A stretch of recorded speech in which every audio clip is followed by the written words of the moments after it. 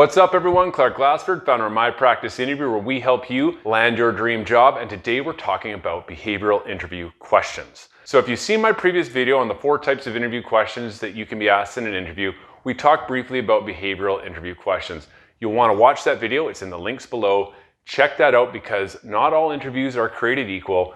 There are 4 main types of interview questions and you need to be familiar with those types of interview questions in order to help prepare and be ready for any type of interview that you may face. The big, tough interview question is one that we call behavioral interview questions. And I've broken that out into a separate video because I want to give you the recipe. I want to give you the recipe of the step-by-step approach to follow in your preparation on how to design an answer and how to wow and impress any hiring manager you face. So this is what this video is about, it's that recipe book for responding to any behavioral interview question.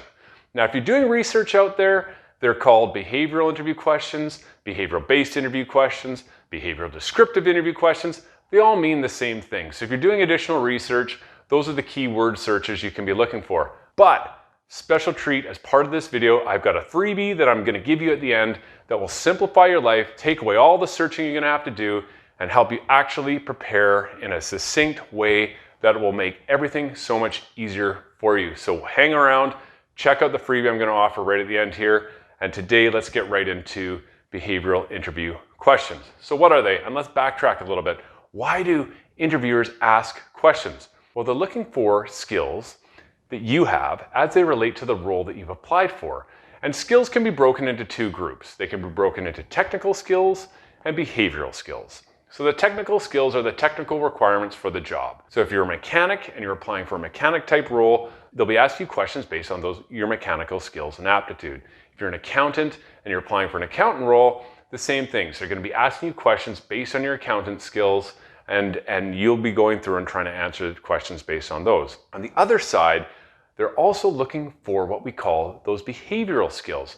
So those are the soft skills that you bring for the role to see if you're going to be a fit for the role you've applied for and the organization. So those skills can be things like communication skills, decision-making skills, your leadership skills, and things like that. Those are on the behavioral side. And that's what those behavioral questions are geared for, is looking at whether you have the proper attitudinal skills that you can therefore bring into the organization and be a fit within the team that they're hiring you for. They're a very effective way of me as an interviewer drawing that information out of you to see if you're going to be right for the role that I'm trying to hire. What makes them tough is behavioral questions get you to focus on specific examples of where you've demonstrated those skills. So the main theme behind behavioral interview questions is this: past behavior equals future behavior. So again, past behavior equals future behavior. So how you've dealt with something in the past will typically translate to how you'll deal with something in the future. So how you've dealt with a difficult customer experience in the past will hopefully translate as to how you deal with it in the future. And that's why I'm going to ask you very specific questions on those. And there's a way to respond to these types of questions when you're preparing for them. And it's called the STAR technique. So the STAR technique stands for this: situation, task, action, and result. Again, situation, task, action, result. That is the acronym that you want to follow when you are telling stories. Because with any interview, it's about you connecting with the interviewer by you being able to tell powerful stories that show your skills. Now, I've worked with clients all the time saying, I'm not a good storyteller. I'm not good at being able to bring forward past examples because it looks like I'm bragging. And that's where the STAR technique comes in.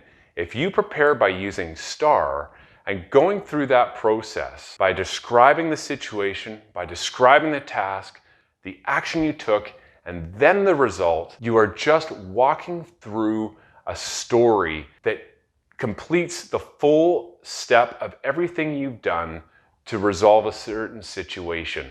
That's what's so powerful about STAR. And the way you prepare, and the way I tell everyone to prepare, it's really, really simple. You take a piece of paper, you write STAR down the left side of your margin, S-T-A-R. You write your question across the top, whatever question is you're practicing for, and then just in bullet point form, you write out what the situation was, what the task was, what the action was, and what the result. And that's how you prepare. And as you look at your examples, you challenge yourself by saying, is this the best example I can use based on the competency that I'm preparing for? So when I say competencies, where are you looking for those? Well, your competencies you're going to find in the job posting. The job posting will be sprinkled with competencies, and you'll see things where they're asking for leadership qualities, they're asking for communication skills, initiative or flexibility, those things. You'll see those sprinkled throughout the job description. Pull those out and come up with questions on the behavioral type of questions, those tell me about a time when type questions, and write those out with that STAR technique, left side of the page, just bullet form, and you'll start seeing answers come. And it's a wonderful way of preparing. So if I were to give you an example, let me just give you an example here of how you could respond using STAR to a behavioral question. So if I'm applying for, let's just say, a computer shop, I'm a computer technician, and I'm going to be dealing with customers all the time, one of the things I could ask as an interviewer would be, tell me about a time you've dealt with a difficult customer. So my response to that would be, the situation was I was working the customer service desk and there's a lineup of people returning products. One particular customer, he's a long-term customer. We've sold him lots of stuff over time. I could see him in line. He was very agitated. He was making a scene. He was being argumentative with other customers around him. And I knew I needed to resolve the situation. So the task I knew I needed to do was I needed to remove him from that lineup, pull him aside and find out what was wrong. So the action I took was I pulled him out of the line. I asked him what the situation was, what the problem was, and he explained to me that the product that we had just sold him the week before was faulty and didn't work. So I asked a few further questions, and I found out that the product we had sold him had nothing to do with the product itself, but it had to do with the way he had installed it. So rather than inflame the situation even more and say, it was your fault by the way you installed the product, I offered him a solution. I said we can either give him a full refund, no questions asked, or we could send out one of our tech guys to install the product for him. That calmed him down immediately. He was super happy. He took me up on bringing out our tech team to install it for him, and he was happy and he kept coming back as a customer. And in fact, he was so pleased with the way I handled the situation, he sent an email to my boss explaining the work I'd done and how thrilled he was with the end result. That is how you go through using STAR to answer behavioral situational questions. Situation, task, action, result. So I said there's a freebie, and this is the gold. This is the thing I want you to download right now, because I wish I had it when I was starting my career. It would have made my life so much easier. In the notes below is a copy of my ebook called My Practice Interview. My Practice Interview walks you through step by step how to prepare for jobs. It's all about the types of questions, how to respond to those questions. We go through the behavioral questions. It'll walk you through using STAR, how to do that, how to avoid all the pitfalls of the interview, all that type of stuff. But the gold at the end of this book is there are 5 interview templates based on the level of job that you could be applying for, with actual sample interviews that you can practice with behavioral interview questions. So each section, each template has questions that you can practice with STAR written right on the page there, which you can use as a workbook to practice. It is absolutely a beautiful book for your practice and your preparation. And like I say, practice makes perfect, but perfect practice makes perfect, which is what this book's all about. So download the book, make your life simple as you're preparing for the interview.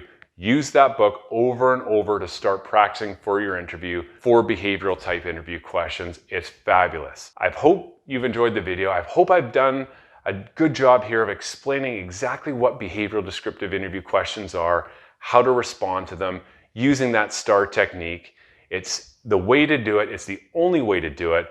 And I'll tell you this, as one kind of insider tip, is I see so many applicants when they're responding to behavioral questions, they're using the situation, then they're jumping right into the action, then they're going to the result. They miss the task, and the task is key here. You can describe the situation, but without the task, which is why did you take the steps you took? It's your decision-making process in getting to the action.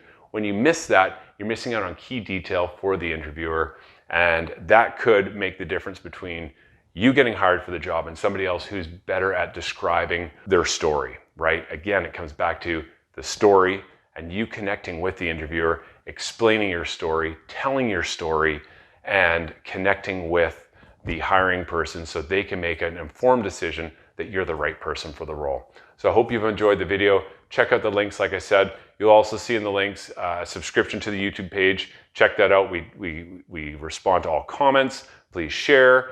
Also in the link there is our Interview Accelerator workshop. You'll want to sign up for that. Again, it's about making your life easy as you go through the interview preparation process. With the Interview Accelerator, you learn how to write a resume. You get resume templates. You learn all about different interview questions, how to respond to those questions, the pitfalls applicants find themselves in. You learn how to prepare opening statements, closing statements. There's so much information packed into that workshop. It's an hour and a half of time well spent, worth your while, worth your effort. It's something you cannot pass up. So that's it. I hope you enjoyed the workshop again, and I hope you enjoyed the video. Like I always say, happy interviewing. Have a great day.